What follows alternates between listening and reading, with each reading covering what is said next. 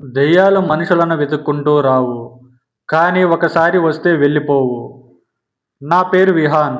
హైదరాబాద్‌లో ఒక ప్రైవేట్ కంపెనీలో ఉద్యోగం చేస్తున్నాను. జాబ్ వచ్చిన కొత్తలో డబ్బు తక్కువ.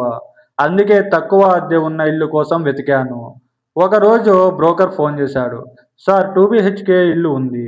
నెలకు రూ. 3,500 మాత్రమే అన్నాడు. నేను షాక్ అయ్యాను. అంత పెద్ద ఇల్లు అంత తక్కువ అద్దె. ఏమైనా ప్రాబ్లమ్ ఉందా అని అడిగాను. అతను కాసేపు మౌనంగా ఉండి, చిన్న విషయం ఉంది సార్. అందుకే ఎవరూ ఉండరు అన్నాడు. నేను నవ్వేశాను. దెయ్యాల కథ అయితే చెప్పొద్దు అన్నాను. అతను కూడా నవ్వాడు. మీరు నమ్మరని నాకు తెలుసు. ఆ రోజు సాయంత్రం ఇల్లు చూడడానికి వెళ్ళాను. పాత ఇల్లు కానీ చాలా శుభ్రంగా ఉంది.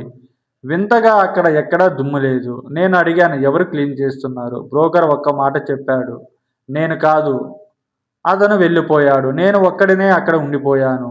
మొదటి రోజు బాగానే గడిచింది. రాత్రి 12 గంటలకు కిచెన్‌లో పాత్రల శబ్దం. ఎవరు అని అరిచాను. శబ్దం ఆగిపోయింది. వెళ్లి చూశాను. ఎవరూ లేరు. రెండో రోజు ఆఫీస్‌కి వెళ్ళే ముందు మంచం సర్ది వెళ్ళాను. రాత్రి తిరిగి వచ్చేసరికి బెడ్‌పై కొత్త దుప్పటి పరిచి ఉంది. నేను చేయలేదు. తలుపు కూడా లాక్‌లోనే ఉంది. మూడో రోజు బట్టలు ఉతికి బకెట్‌లో వేసి వెళ్ళాను. రాత్రి వచ్చి చూస్తే అవి మడత పెట్టి అల్మారాలో ఉన్నాయి. నాకు భయం కంటే ఆశ్చర్యం ఎక్కువగా అనిపించింది. ఒకరోజు పక్కింటి అవ్వ నన్ను పిలిచింది. బాబూ! ఆ ఇంట్లో నువ్వు ఒక్కడివే ఉంటున్నావా? అని అడిగింది. నేను అవును అన్నాను. ఆమె ముఖం మారిపోయింది. అలా కాదు బాబూ! ఆ ఇంట్లో ఇంకొకరు కూడా ఉంటారు. నేను నవ్వి వెళ్ళిపోయాను. ఆ రాత్రి మొదటిసారి నేను ఆమెను చూశాను. కిచెన్‌లో ఒక అమ్మాయి తెల్లని చీర, జడ వెనక్కి తిరిగి నిలబడి ఉంది. ఎవరు మీరు అని అడిగాను. ఆమె ఒక్క మాట కూడా మాట్లాడలేదు. నెమ్మదిగా నడుచుకుంటూ గోడలోకి వెళ్ళిపోయింది. ఆ రాత్రి నాకు నిద్ర రాలేదు.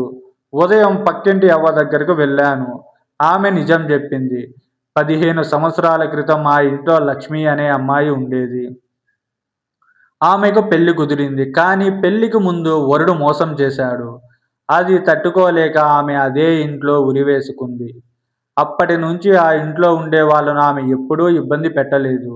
కానీ ఇల్లు ఖాళీగా ఉండనివ్వదు. రోజులు గడిచాయి. నాకు ఆమెపై భయం తగ్గిపోయింది. వింతగా ఆమె నన్ను చూసుకుంటున్నట్టే అనిపించేది. ఇంటికి ఆలస్యంగా వస్తే భోజనం వేడిగా ఉండేది. గ్యాస్ నేను ఆన్ చేయలేదు. అయినా అన్నం వేడిగా ఉండేది. ఒకరోజు నాకు జ్వరం వచ్చింది. రాత్రంతా మంచంలోనే పడ్డాను. అర్ధరాత్రి ఎవరో నా నుదుటిపై చల్లటి గుడ్డ పెట్టారు. నెమ్మదిగా కళ్ళు తెరిచాను. ఆమె నా పక్కనే కూర్చొని ఉంది. ఈసారి ఆమె ముఖం కనిపించింది. చాలా ప్రశాంతంగా ఉంది. ఆమె నవ్వింది. జీవితంలో మొదటిసారి దెయ్యాన్ని చూసి నాకు భయం వేయలేదు. కొన్ని రోజుల తర్వాత నేను కొత్త ఇంటికి మారాలని నిర్ణయించుకున్నాను. లగేజ్ సర్దుకుంటున్నాను. అప్పుడే అల్మారాలో ఒక పాత డైరీ దొరికింది. అది లక్ష్మీదే. చివరి పేజీలో ఇలా రాసి ఉంది. ఈ ఇంట్లోకి వచ్చే ప్రతి ఒక్కరూ నన్ను చూసి భయపడ్డారు. ఒక్కసారి అయినా నన్ను మనిషిలా చూసే వ్యక్తి వస్తే బాగుండేది. అది చదివిన తర్వాత నా కళ్ళల్లో నీళ్లు వచ్చాయి. నేను వెళ్ళే రోజు ఇంటి తలుపు దగ్గర నిలబడి థాంక్యూ అని చెప్పాను. గాలి నెమ్మదిగా వీచింది. తలుపు తనంతట తానే మూసుకుంది. ఆ ఇంట్లో నుంచి వెళ్ళి 6 నెలలయింది. ఒకరోజు అదే బ్రోకర్ నుంచి ఫోన్ వచ్చింది. సార్ మీరు వెళ్ళిన తర్వాత ఆ ఇంట్లో ఇప్పటివరకు ఎవరూ దెయ్యాన్ని చూడలేదు. ఆ ఇల్లు ఇప్పుడు పూర్తిగా మామూలు ఇల్లులా మారిపోయింది. నేను ఆశ్చర్యపోయాను. అదే రాత్రి నా కొత్త ఇంటి తలుపు ముందు ఒక చిన్న కవర్ కనిపించింది. దానిలో ఒక పాత ఫోటో. అందులో లక్ష్మి నవ్వుతూ నిలబడి ఉంది. ఫోటో వెనక ఒకే ఒక వాక్యం. నన్ను భయపడకుండా చూసిన మొదటి మనిషి నువ్వే.